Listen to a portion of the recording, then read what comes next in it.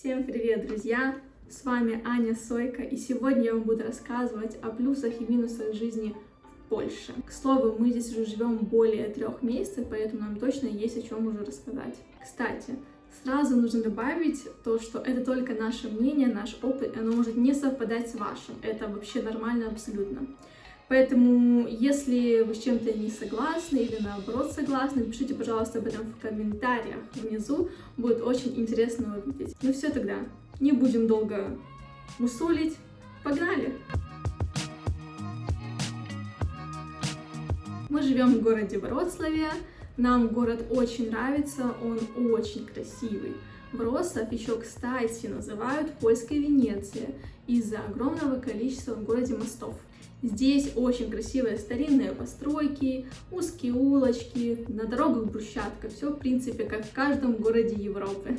Еще, кстати, такая вещь интересная, что тут много граффити, и тут их никто не закрашивает, не убирает, ничего с ними вообще не делает. Странно представить, что такое могло бы быть в Беларуси. Теперь обсудим транспорт.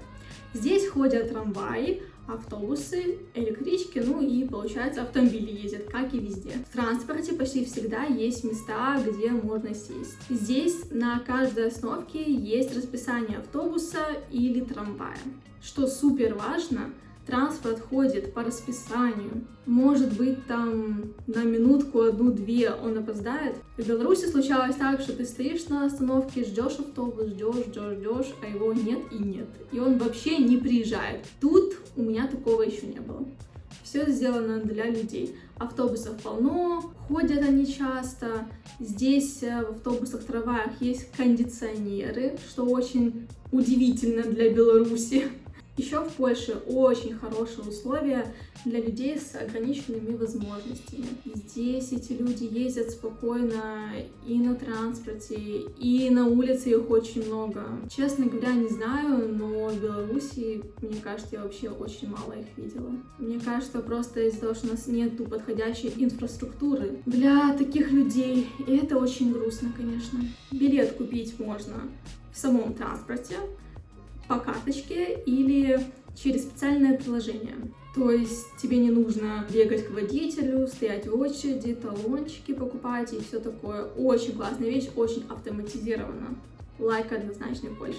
И да, кстати, билеты здесь можно взять на 15 минут, на 30 минут, вроде бы даже на 45 можно, и единоразовый билет. Единоразовый билет обычно, то есть не льготный, стоит 4,6 злотых. В Польше совсем нет такого понятия, как маршрутка. К слову, в Польше ПДД очень строго соблюдается. Здесь большие штрафы за превышение скорости, за непропуск пешехода и так далее. И поэтому здесь люди тебя всегда пропускают на пешеходном. Так. Что касается топлива, оно здесь значительно дороже, чем в Беларуси. Здесь вообще, мне кажется, в целом не особо выгодно иметь автомобиль. В центре здесь мало очень места для парковок, поэтому чем у тебя автомобиль меньше, тем лучше. Поэтому здесь люди в основном ездят на маленьких таких автомобилях, экономичных хэтчбеках. Во многих домах снизу есть подземные паркинги свои. Мы тоже арендуем подземный паркинг. Место у нас стоит вроде бы 250 или 300 злотых в месяц, что-то типа такого. Парковки здесь почти везде платные.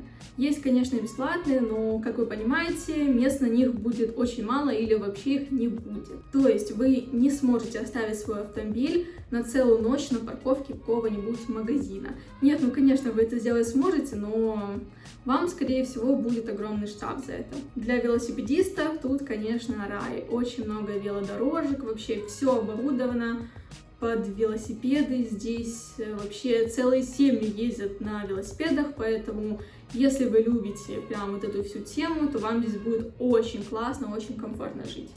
Солнышко выглянуло такое симпатичненькое. Цены на БУ автомобили здесь ниже тоже, чем в Беларуси. Где-то на на $1002 точно.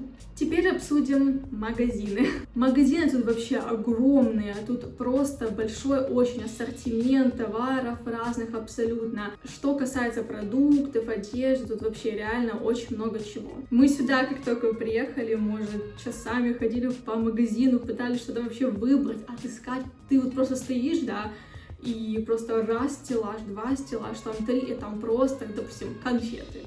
И это все вот этот стеллаж. И ты думаешь, а что так много выбора?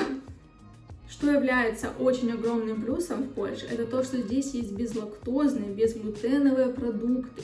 И здесь они стоят не как крыло Боинга, елки-палки. В Беларуси такие продукты вообще дорогие и недоступные людям. А тут просто все сделано опять же для людей. Что мне еще здесь очень нравится, это то, что здесь продукты продаются прям сырчик нарезанный, колбаска нарезанная, мяско прям тоже нарезанное. Здесь, в общем, все делают так, чтобы жить было проще нам, людям. И цены, кстати, не особо выше, чем просто на непорезанный продукт. Выводы делайте сами. Цены в магазинах здесь в основном ниже, поэтому это точный плюсик. Есть, конечно, продукты плюс-минус стоимостью, как и в Беларуси, но в целом ниже. Плюсик Польши. Хоть инфляция в Польше тоже есть. Цены сейчас стали выше, чем были раньше. Ну, в принципе, как и везде сейчас в мире. Еще интересный факт о Польше.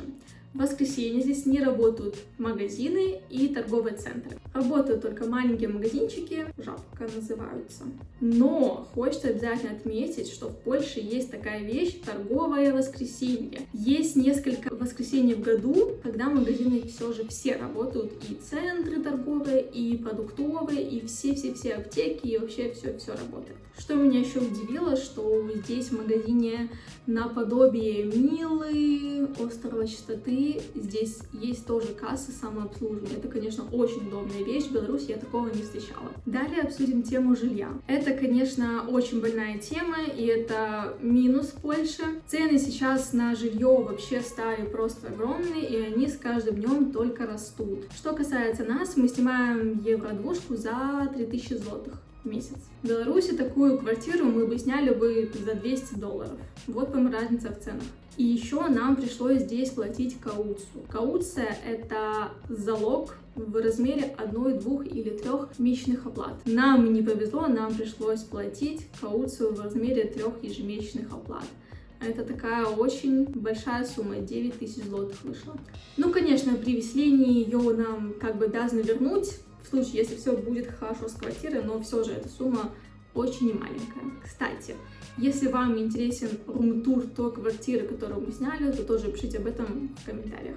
Медицина. Мы пока особо ей не пользовались, только вот Юра пошел один раз к лору, и запись была ближайшая через месяц. И нам еще сказали все, что это вам очень крупно повезло, потому что тут иногда люди ждут 2, 3, 4, 5, полгода, чтобы просто попасть к врачу. Вот так. И это причем платная страховка. Я вообще не представляю, что будет, если идти просто так, бесплатно. Лекарства здесь в основном отпускаются только по рецептам. То есть противовирусные, антибиотики уж тем более вы сами не сможете купить в аптеке. Вам нужно будет от врача рецепт. Пробежимся еще чуть-чуть по ценам. Цены здесь на порядок ниже на технику, на лекарства, на всякие там витамины, чем в Беларуси. Поэтому в этом плане Польша однозначно выигрывает. Цены на это здесь ниже где-то в 1,5-2 раза, чем в Беларуси. Что касается цен на услуги, то здесь, конечно, цены на услуги намного выше, чем в Беларуси. Здесь вообще в целом больше ценится труд людей, соответственно, он и лучше оплачивается, чем у нас. Это сфера красоты, это ремонт автомобилей тоже, медицина, ну это услуги платные и так далее. Здесь, короче, цены на это выше на порядок, чем в Беларуси. Для нас это минус, но в принципе здесь в целом уровень жизни выше, поэтому это здесь ок. Зарплаты. Зарплаты здесь выше, чем в Беларуси на порядок. Средняя здесь зарплата 5500 злотых брута. А со всеми вычетами, я думаю, где-то будет около $1000. Кстати, еще что касается жилья. Мы сюда, как только приехали в эту квартиру, я сразу же поняла, что тут вода очень жесткая прям. У меня кожа после нее такая сухая, хоть у меня вообще кожа жирная, комбинированная. После вот этой воды у меня вообще кожа была вообще такая высушенная. Сейчас, в принципе, уже все стало лучше, не знаю, то ли я привыкла, то ли все было не так плохо. Еще поэтому мы купили фильтр. Из-за того, что у нас оставалось накипь, налет на чайнике, на кастрюлях просто моментально. Вот такая здесь вода, ребят. Темнеть начинает. Погода. В целом во Вроцлаве теплее, чем в Бресте и уж точно, чем в Минске. Вот сейчас конец октября, а на улице у нас здесь во Вроцлаве 18-20 градусов, что очень нас радует. В то же время в Минске где-то градусов 12-13 сейчас. Что касается природы, то Польша очень богата вообще великолепной природой. Здесь есть и Балтийское море, и великолепные горы, и прекрасные леса, и много парков. То есть всегда есть куда выйти и куда съездить на выходные. То есть вы можете даже не выезжать из Польши и съездить на море, в горы. Это круто. Этим Беларусь, к сожалению, не может похвастаться.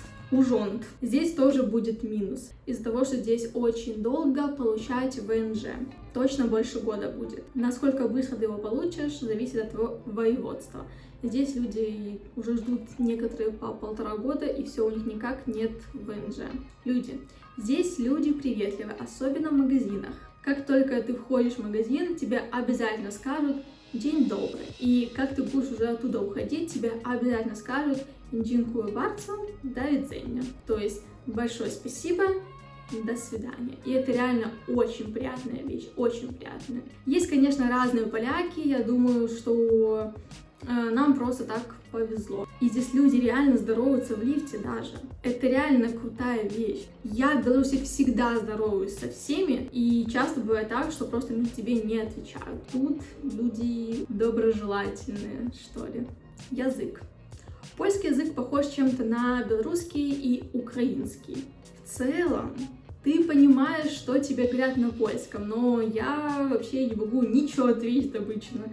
Я все понимаю, как рыбка какая-то Долли, но не могу ничего ответить. Нужно будет, конечно, на курсы походить, поучить польский. Я знаю все самое базовое, там какие-нибудь слова базовые, фразочки. И в целом нам еще с поляками особо не приходилось общаться тесно, близко. Религия. В Польше мы можем заметить большое количество плакатов, баннеров на тему религии. Это консервативная религиозная страна, в которой, как вам известно, аборты запрещены. Религиозные праздники являются здесь выходными. Еще из плюсов, что здесь много русскоязычных людей. Ты всегда, когда будешь где-нибудь в центре или в магазине, ты вот просто 100% где-нибудь услышишь русскую речь. Это приятно. Ну и напоследок, самое вкусненькое, самый главный плюс. Ты в Европе. Ты можешь поехать в любую страну Европы. Ты можешь увидеть мир. Ты можешь воспользоваться лоукостами. Ты можешь сесть сегодня на машину,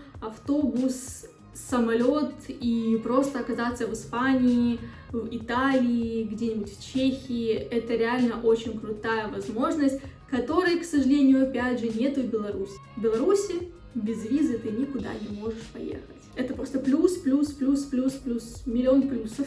И напоследок, отдельно еще хочется отметить здесь пенсионеров. Тут они бегают, занимаются спортом, ходят в кафе, вообще живут полноценной жизнью, путешествуют. Это очень круто. Вообще, то есть сразу же по пенсионерам видно, что здесь уровень жизни выше, чем у нас в Беларуси. У нас обычно люди после 40 лет уже все, я старый, я там то сё, куда я поеду, а кому я нужен, а что как.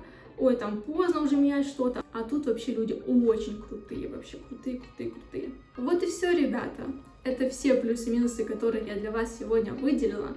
Пишите обязательно в комментариях, понравилось ли вам это видео, что вообще думаете об этом всем. Пишите свои плюсы и минусы Польши. Я была безумно рада об этом сегодня вам рассказать. Всем спасибо за просмотр, ставьте лайки, подписывайтесь. Всем пока. До новых встреч.